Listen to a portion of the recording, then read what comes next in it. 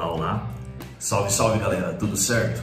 Estamos aqui para o nosso quinto encontro do Quarentinando com Filosofia. Hoje nós vamos discutir um pouquinho acerca das ideias de Aristóteles. Embora ele não tenha sido um grego de origem, ele era um macedônio, ele compõe conjuntamente a Platão e Sócrates a tríade de pensadores, de filósofos da Grécia Antiga que ainda hoje influenciam muito o pensamento moderno. Portanto, quem foi Aristóteles? Qual a influência que ele exerceu sobre a filosofia? Sobretudo os antagonismos que ele teve com o seu professor, que era Platão, a novidade que ele apresentou no pensamento filosófico, tudo isso nós iremos discutir nesse nosso quinto encontro. Portanto, vem com o teacher, vamos aprender um pouquinho sobre Aristóteles e discutir filosofia. É nóis? Vamos para os slides então. Esse é o nosso Quarentinando com Filosofia, aula 5, Aristóteles, primeira parte do pensamento aristotélico. Como já fizemos com os demais pensadores, a primeira coisa que iremos discutir é saber um pouco da vida de Aristóteles. Quem foi esse pensador? Aristóteles nasceu na região da Trácia, na antiga Macedônia, na cidade de Estagira, ou Estágira, como alguns colocam. Ele vivencia o século IV a.C., portanto ele pegará o finalzinho ali do período clássico na Antiguidade Grega, entre os anos de 384 e 322 a.C., e um destaque inicial importante sobre Aristóteles é que ele foi aluno de Platão. Vamos analisar essa imagem aqui, feita pelo renascentista Rafael Sanzio, mostrando a proximidade de Platão. Aqui está, ao centro da imagem, na sua escola de Atenas, ou Academia de Atenas Platônica, e ao lado, caminhando conjuntamente ao grande mestre, a figura de Aristóteles. E outros tantos alunos, discípulos e seguidores, e alguns curiosos também, no entorno dessas duas figuras centrais. Essa imagem de Rafael procura trazer para nós toda a proximidade e importância que Aristóteles teve dentro da Academia de Atenas, dentro da escola platônica, sendo um aluno de destaque, sendo um aluno modelar, a ser seguido por outros do mesmo período. E aqui nós temos algumas cenas também interessantes, por exemplo, esse aluno aqui no canto inferior, mostrando todo o desgosto em se estudar matemática, em se estudar física, biologia, gramática. Olha o desânimo do cidadão, vontade de deixar esse mundo material. E aqui nós temos o prazer de se estudar história, estudar filosofia, estudar ciências humanas. Até o comportamento físico, até o porte físico passa a ser diferente. Rafael, como um gênio que era, soube retratar os estudantes das exatas, os estudantes de humanas. É nóis, caralho! Assim como quando falamos sobre Platão, fizemos uma referência direta ao pensamento de Sócrates, porque Sócrates foi o grande mestre de Platão, Platão era seu discípulo, aquele que colocou no papel as ideias de Sócrates, essa comparação faz-se necessária entre Aristóteles e entre Platão. Boa parte do pensamento aristotélico nada mais é do que um paradoxo, um antagonismo ao pensamento platônico. Mesmo tendo sido aluno de Platão, inclusive um aluno brilhante, exemplar, que todos à época retratavam como um gênio, Aristóteles vai divergir muito do seu mestre. As razões dessa divergência, obviamente, se pautam pela questão das ideias, de enxergarem o mundo e a sociedade de forma um tanto quanto diferente, mas também tem algumas coisas por trás. Uma delas é, com a morte de Platão, Aristóteles ele esperava que herdasse a diretoria, vamos assim dizer, da Academia de Atenas. Isso não acontece. Puto da vida, Aristóteles resolve fundar a sua própria escola, que virá a ser o Liceu. E o que se ensinava no Liceu, em Atenas, mesmo depois de um período em que Aristóteles volta para a Macedônia, o que se ensinava no Liceu, em boa parte, era um antagonismo às ideias platônicas. Então, começa a ter inclusive uma rixa entre as duas principais escolas de Atenas, ou da Grécia Antiga, a escola ou academia de Atenas e o Liceu aristotélico. Vamos analisar alguns pontos aqui importantes sobre essa divergência de pensamento entre Platão e entre o seu aluno Aristóteles. A fundação do próprio Liceu representa uma síntese nessa oposição aristotélica ao pensamento platônico. Até chegarmos na fundação do Liceu, muita coisa foi transcorrida. Um longo caminho de ideias divergentes começam a separar, pouco a pouco, o pensamento platônico do pensamento aristotélico. E o ponto de partida para esse caminho é a divergência entre a importância do mundo inteligível e do mundo sensível. Se nós voltamos para compreender o pensamento platônico, Platão dizia basicamente que nós temos dois mundos, o mundo das ideias, que é o mundo inteligível, e o mundo sensível, o mundo material. Ao passo que no mundo material o que nós temos são cópias mal feitas, mal acabadas, tortas, deturpadas, do que é na verdade a essência, a verdade que está no mundo das ideias.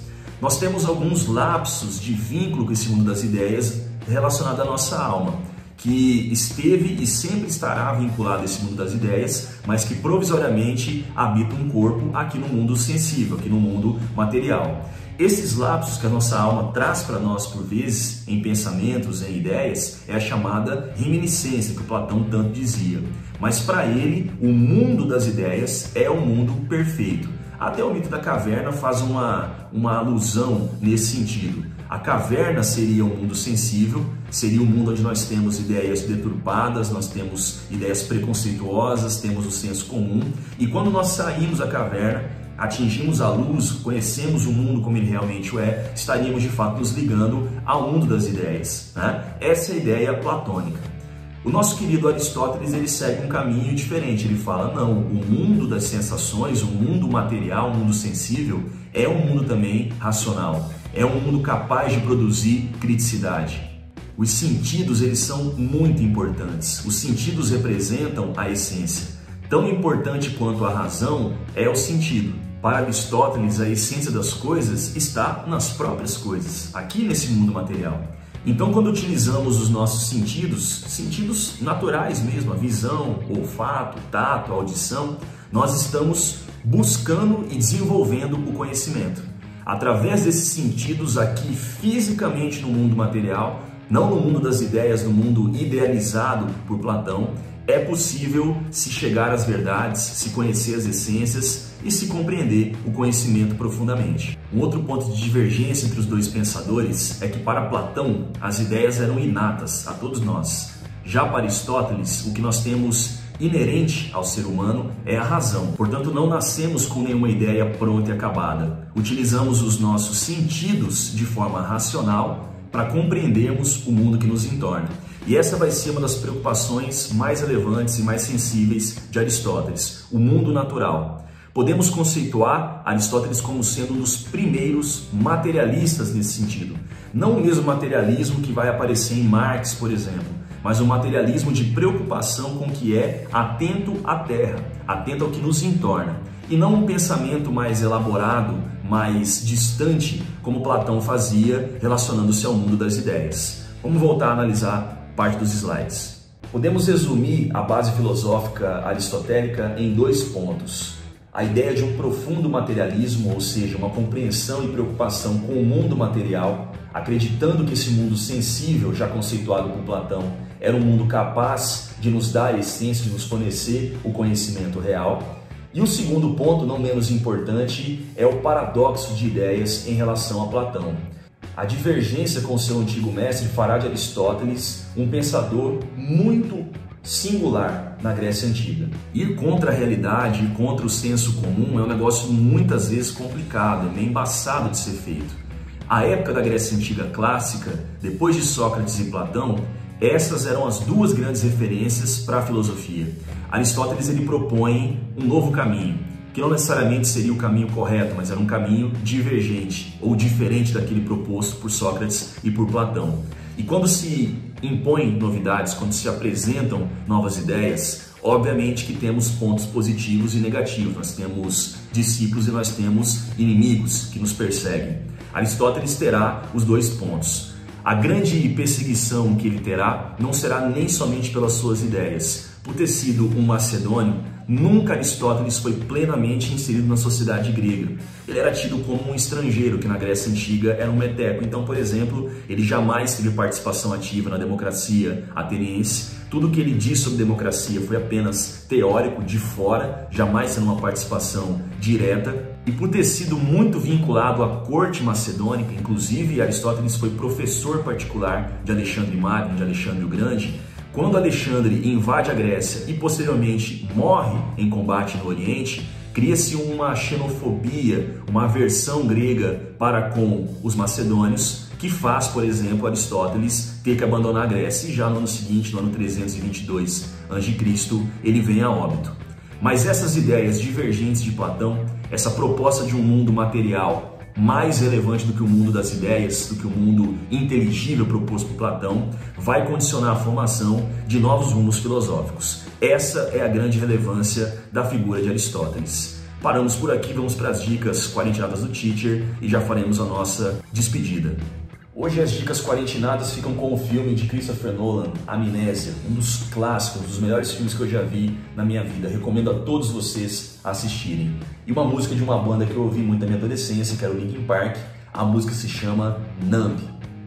É isso então, galera. Espero que vocês tenham entendido um pouquinho dessa introdução ao pensamento de Aristóteles. Nós vamos ter mais uma aula sobre o pensamento aristotélico, essa divergência em relação ao Platão, a condição do materialismo, a ideia da matéria muito presente nesse pensamento. E torço para que eu tenha auxiliado com a informação e o conhecimento para vocês. Qualquer dúvida, o Teacher está sempre à disposição. É nóis, sextou e um bom final de semana. Beijo no coração de vocês.